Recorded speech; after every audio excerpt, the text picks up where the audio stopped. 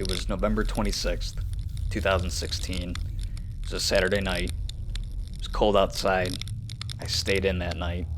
And I went to bed, but I couldn't fall asleep. And around 11 p.m., an idea came to me that was to start a band that was unique in that it would put on a theatrical live show that looked like it was taking place in another era, meaning we would be dressed in clothes from the 1800s, put on a show, have stage props, have a dancer on stage, and have songs that were musically important, catchy, and slightly eerie. The combination of the music, the visual, and just wanting to put on a show completely captivated me. I knew it was something that I wanted to establish into reality. I really didn't force it. I was excited about the idea, so I began writing down what the band would sound like, what kind of themes we would go after. Like I said, Victorian era, candles, statues, old mansions. The writing of the songs and the riffs and everything were almost secondary.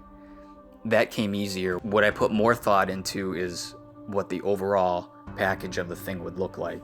Envisioning having a big stage, envisioning having a unique experience when people came to see it. Instead of going to see a band, it was like they were going to see an experience. And the night I got the idea in 2016, it took 3 years until the first show, which was in April 2019, which eventually became Shadow's Reflection. The journey from getting the idea to the band playing the first show, though a lot of hard work went into it, it never felt like hard work because I enjoyed every piece of it. Every little step forward felt like a mile of progress. Something as little as buying a black rose from a Halloween store, which I literally did probably the week after I got the idea.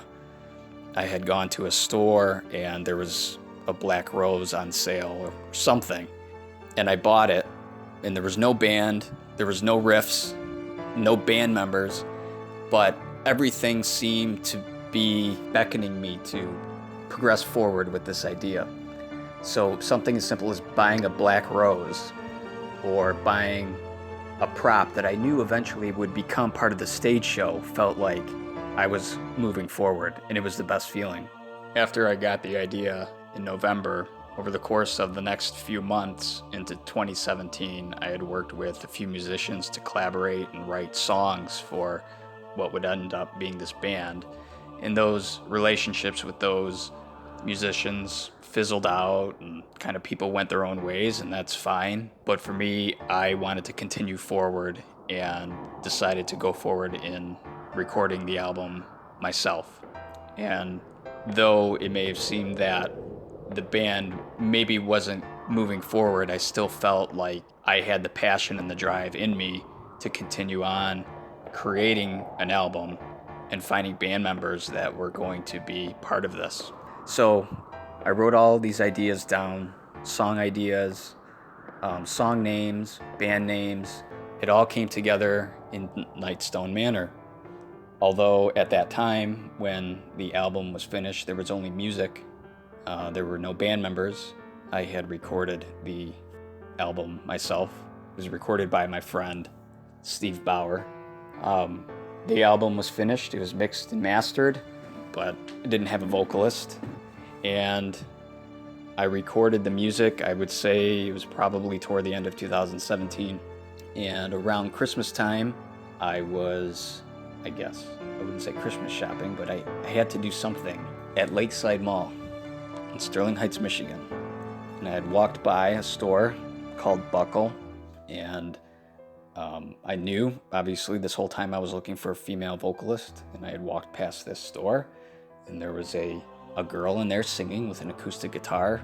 I thought, well, I'm looking for a female singer, see if she's any good. She was singing the Beatles, I remember that, and it was supposed to be a cheerful event. It's Christmas time, everybody's in a good mood, and here I am this dude with this idea of a eerie, weird Halloween kind of gothic stage show, and I'm like, geez, I'm gonna ask if she's interested in singing in this band or this group. This is gonna be kind of weird, but I extended the offer and said, I have this great idea for a live show. The music has been recorded. If you're interested, we exchanged information, and it turned out to be Gabriella, and we collaborated over the course of a few months, recorded the vocals at the same place with my friend Steve Bauer, and we from there found our drummer first. It was through an ad we put out, and Mr. Kenneth Vaughn answered. He was the first one to answer, the first person we talked to, and he fit in well. He was an awesome dude. He's a great player, good attitude. No question, okay, he's in the group. And then the search was on for a bass player, put an ad out. We received a couple messages, but we went and met Mr. Dave Allen. So as part of the ad, we provided a link to the songs, so he had already heard the songs, so he knew what he was getting himself into musically. We explained the concept of the show. He came to rehearsal and everything fit, and the unit of Shadow's Reflection was materialized into reality. And this was now toward the end of 2018. So starting in the beginning of 2016, I had this idea. I wrote everything down. I would buy stage props. I wrote riffs, recorded on my phone. I never felt rushed that it had to happen overnight, but I knew it was going to be awesome. And it took 2 years to have a band fully assembled to jam these songs that I had written and recorded. And I was going to be happy if we played one show with a big stage, have it filmed, and that's it. If we accomplished that, in my mind, the goal was complete, just to see it to come to fruition. I had built stage props, big stage props, in my garage over the course of the 2 years that hold candles, paintings, and pictures, which we used in our first show and also our other headlining show. As a band, we worked well. We worked on the songs. We rehearsed. Everybody seemed to be up for it and willing to participate in the idea of, let's put on a theatrical show. Each one of us have a unique identity on stage that's in a different era. And when I say that, more like of a Tim Burton Sleepy Hollow, or something out of the 1800s, Vampire Hunter, Abraham Lincoln Vampire Hunter, something like that. I think it looks great, and we just went for it and put on our first show, and I think that first show kind of set the tone and left our mark for the world to know that Shadow's Reflection has arrived. And I was really proud of that show and thought, wow, it happened. 3 years have gone by, maybe 2.5 years have gone by. The show happened and it's over. I saw it come to reality. What do we do now, And we played more shows with bigger bands, Stitched Up Heart, September Morning, the Iron Maidens, but it came full circle.